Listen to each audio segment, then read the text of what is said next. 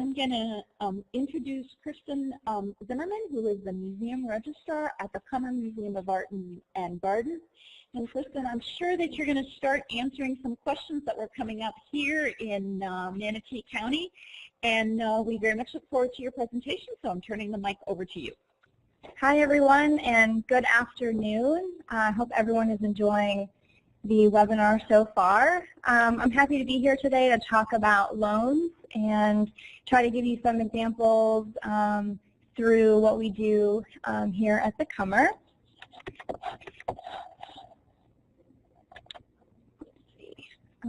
Every institution should have a loan policy that states purposes for which loans can be accepted, who has the authority to accept and approve loans, and the terms that should be considered. It should be supplemented by written procedures that are implemented as thoroughly as possible. The Cummer's loan policy is a component of the collections management policy, and I would encourage you to create or update your loan policy as a component of your institution's collections management policy or as a standalone policy if necessary. The presentation that I will speak to you about today is to give you some suggestions for topics and procedures that you should consider including in your policy and follow as part of your institution's loan process. Loans can be made between museums, peer organizations, and individuals for several reasons. The most common loan is for an exhibition, which can turn into a traveling exhibition with multi-venues. There are exchange loans, which can be a mutual benefit between peer organizations. They may also fill a gap in your permanent collection, particularly as a result of a museum borrowing an important work. Study loans, which is when a work of art is lent for research or study purposes and is more common in science and archaeology museums. Promise gifts should be considered loans as well until the title is passed to the museum legally. And partial gifts should also be treated as a loan. For example, the Cummer has one partial gift on record in our collection, and although it is considered and is an accessioned work of art, it is considered a loan because the majority of the time it is on loan to another, the other partial owner. The following are reasons why the Cummer will borrow a work of art: to enhance or improve the exhibition of the permanent collection, to supplement or bridge gaps in the permanent collection, or to curate an exhibition of solely borrowed works of art. The Cummer will also lend works of art to institutions, but this is a more rigorous process that we will touch on later on in the presentation. Typically, when requesting a loan, the borrowing institution should send the prospective lender a detailed letter describing the purpose of the exhibition and the objects desired at least 6 to 12 months in advance, if not longer. This letter is usually sent director to director or curator to director. The letter should include the title of the exhibition, the length of the loan period, and the location of the exhibition with dates. The request should also include acknowledgement of the borrower's responsibility to pay for all expenses incurred in preparing a loan, such as packing, shipping, and insurance. Museums differ in their administrative policies regarding internal approvals needed to request an incoming loan. If the borrowed object is to be exhibited or researched, the director or curator must normally approve the loan request. At the Cummer, the director has the authority to accept any incoming loan, but will typically approve with a recommendation from the chief curator. The registrar is then informed of the loan request and begins the loan process. The most important thing to remember is that a loan policy needs to be in place stating who at your institution has the authority to accept an incoming loan. Once the lending institution has approved the loan request, the loan should be documented with a written loan agreement, which is issued by the registrar. Each institution will differ as to which registrar will generate the loan paperwork. At the Cummer, we prefer to provide the loan paperwork for incoming loans. In order to do so, the object is entered into our database. Then the loan agreement is generated and includes the length of time the work is to be on loan, how the work will be insured, and an appraisal value. All loan paperwork is signed by the director. I would encourage you to list who can sign loan paperwork in your policy as well. Each institution has their own loan fee, costs for prepping the object, creating needs, insurance, security, packing, shipping, and courier arrangements. These stipulations should all be discussed prior to the signing of the loan agreement. Once the object is ready for loan, packing and shipping arrangements should be discussed and should take place on a mutually agreed upon method and date for both institutions. Upon receipt of the loan object, the registrar of the borrowing institution should carefully note how the object was packed so that it can be returned to the lender in the same manner. The borrower should photograph the artwork in its packing materials, and all packing materials should be saved and stored in a clean, climate-controlled space. Handling the loan must be done in a fashion consistent with the lender's requirements and based on general standards of museum care. Care should be taken to pad and protect each object during movement until it is installed or properly stored.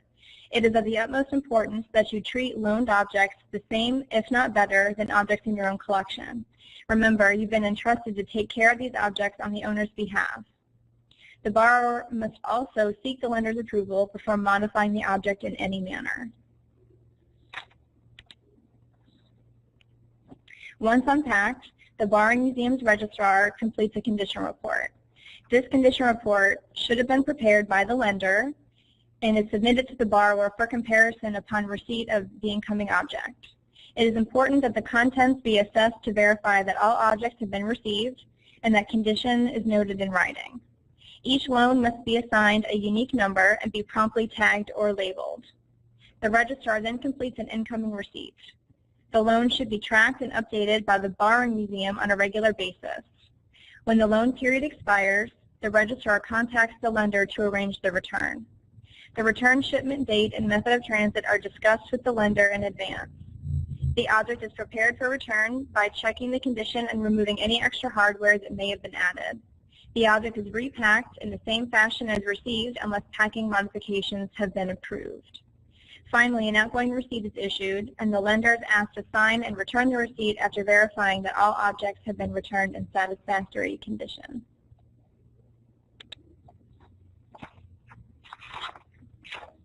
Now we're going to switch gears a little bit and discuss the outgoing loan process. I believe that emphasis is put on the loan process for outgoing loans as more important because it has to do with the lending of an object from your museum's permanent collection. When a request for an outgoing loan is received, as previously mentioned, it should include a letter providing adequate written documentation that supports the scholarly merit or reasons for the loan, and it should also include a general facility report. These documents are an essential part of the application process and should be reviewed carefully to ensure the borrower follows best practices. For a loan to an exhibition, any additional venues secured must be discussed in the documentation, and the venue's facility report must also be included. When reviewing the loan request, the following items should be considered. The curator should approve the project in general and indicate the availability of the loan based on any announced project he or she may know about. The registrar should check for other commitments during the loan period and should check for any other legal restrictions such as donor restrictions or U.S. Customs or Fish and Wildlife restrictions. The conservator or registrar should examine the condition of the object to be loaned and evaluate if the object is able to withstand the rigors of travel and additional handling. They should also check to see if the object is too fragile to be displayed safely. They should also consider if the object has traveled extensively or has been exposed to long periods of light. They should also consider any special restrictions that may need to be placed on light or general environment as a caveat if the loan is approved. The comer will consider loan requests for exhibitions of scholarly merit with an underlying importance of public education. The exhibition must be in accordance with the comer's educational, research, and exhibition needs as described in our mission statement. Further consideration is also placed on the effect the loan request may have on the museum's nationally recognized education program. All borrowing institutions must be an AAM accredited museum. As you develop your loan policy, you do not, of course, have to follow the stipulations of the comer. These are things that you should consider when you're writing your policy, and make sure that they are followed for every loan request.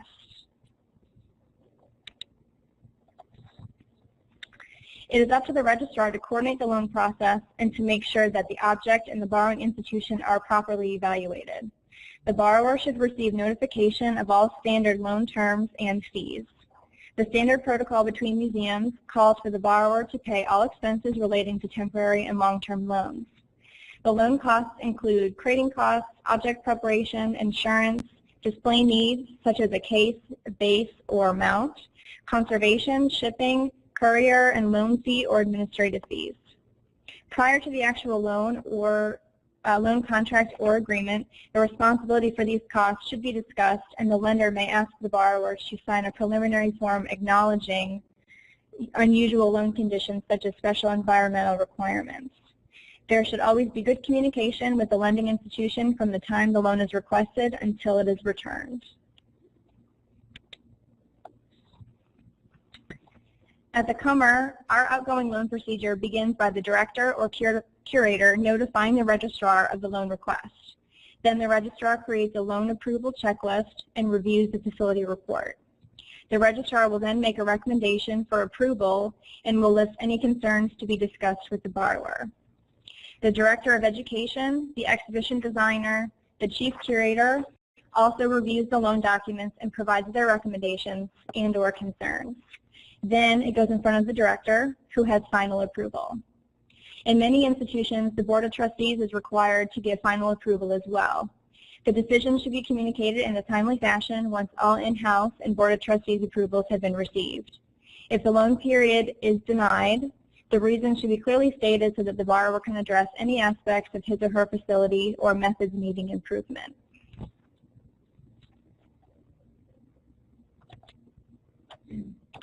If the loan is approved, the approval letter is generated by the lender's registrar and is usually accompanies a loan agreement from the borrowing institution. Sometimes both institutions will have a loan contract and both can be used. For the CUMR, we will generate a borrower's agreement that lists all the special recommendations or stipulations for the loaned object, such as care of the loan, insurance, courier costs, publications, conservation, and rights and reproductions.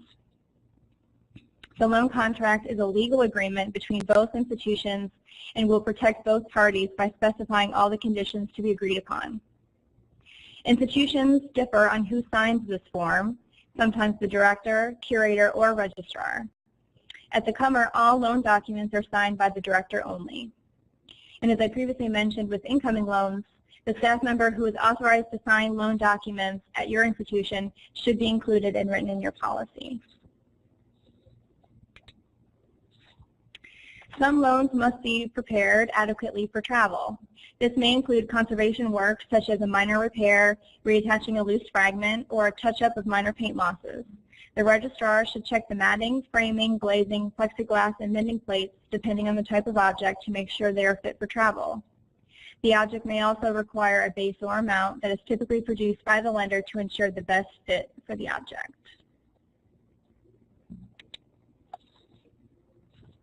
Packing and shipping arrangements must be mutually agreed upon between the lending and borrowing registrars.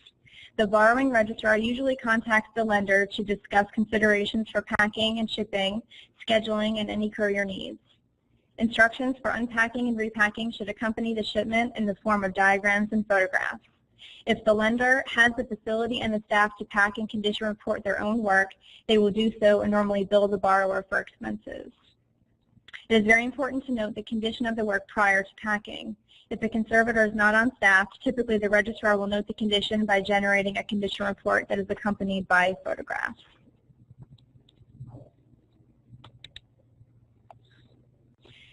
Couriers may be required to accompany a shipment for a variety of reasons, such as to oversee the transit, to install the object, or to hand carry the object. Courier per diem should cover the courier's travel and living costs for the period that he or she is attending to the loan. All necessary documents that will travel with the work, such as the condition report and packing notes, can be placed within the crate so that it travels with the work. However, if the work is being accompanied by a courier, these items, as well as insurance coverage, travel documents, and an outgoing receipt, can be transported through the courier. Once the object is received at the borrowing institution, the location of the object must be updated in the lending institution's database. Then an outgoing receipt and condition report must be completed by the borrowing institution's registrar. For the duration of the loan, it is up to the borrower's registrar to stay in contact with the lending institution to ensure safe arrival, unpacking, and installation of the work if no courier was involved. Requests for the return of the loan must agree with the terms of the original loan agreement. All objects should be returned to the lender at the same place for which they were collected and by the same methods that they were received. The loan file is closed by noting the destination, date, and method of return. The lending registrar will unpack, check the condition, and catalog the object and return it to storage. If it wasn't enough information on incoming and outgoing loans, there's one more slide for you so that I can briefly discuss issues that may arise in the duration of a loan period. First and foremost, you can be on either side of a damaged work of art. As the borrower of a damaged work of art, any time that this occurs, the lender must be contacted immediately. The damage must be documented in great detail, and a conservator should be consulted as soon as possible for possible remedies. This should be written as part of your loan policy as well and should include contact information for both registrars, both during and outside of business hours. A less stressful but still important issue that may arise is the change of ownership. If the ownership of the object changes or if its status changes, such as donated or promised gifts, the change must be documented in writing, which means a new loan agreement must be signed by the lender. And lastly, a request for a loan extension may occur in the form of a date or venue change or addition. Should this happen, it is normally subject to the same review and approval process as the original request. Of course, there are many other things that may occur, and there may be a million and one things that change in the loan process, but as long as you have a good policy in place and one that can be followed and held accountable, then you will have a much more successful loan procedure for your institution. Thank you.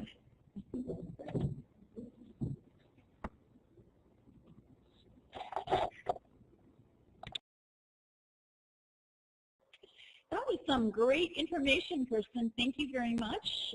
Questions? Anybody have questions or comments about what they've heard? I think I'm going to start with a question here in Manatee County because we talked about this a lot over lunch. And that is that potential gifts to the organization should be treated as temporary loans. Kristen, do you want to talk a little bit about the kind of paperwork, how you record that, what that might look like, or what the process is as you get things that people leave that they think that they want to give to you? Sure, that's a great question. Typically for works of art that are going to be on loan to the museum as a potential acquisition, we do not have them fill out a loan agreement. Typically what will happen is we will add them to our database so they are tracked. We will list them as a temporary acquisition, and they will be given an incoming receipt and a condition report will be completed on it. Once the object is accessioned, then it is permanently added to our collection. If the object was denied acquisition, we would then create an outgoing receipt once the object is returned. And I'm going to follow up. This is Miriam. I'm going to follow up with one question because it came up during lunch from our end.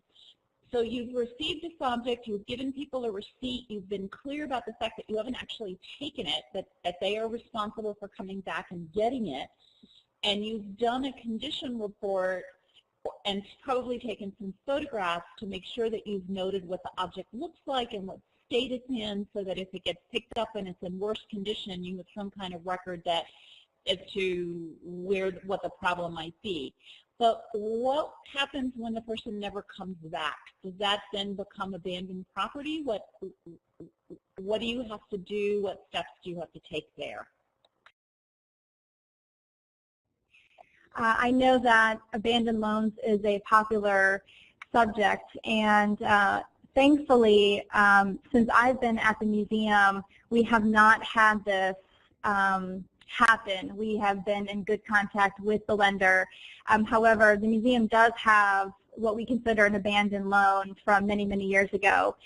We did talk about this in our discussion here in Jacksonville a little while ago, and we've kind of come to the agreement that we will keep the object on site until we can determine if it's an older loan, if we can determine ownership. For something that's more recent, we've stayed in contact with the lender or the owner. We've sent letters, but never have we, just put something back in the mail and hoped that it made it back. That's just not a practice that we would follow. So unfortunately, if you do have something in your collection that you cannot return, I think it's best that you keep it and maintain it and continue to document it, and hopefully, if it's not able to be returned to the donor, maybe a family member of the donor when the time is appropriate.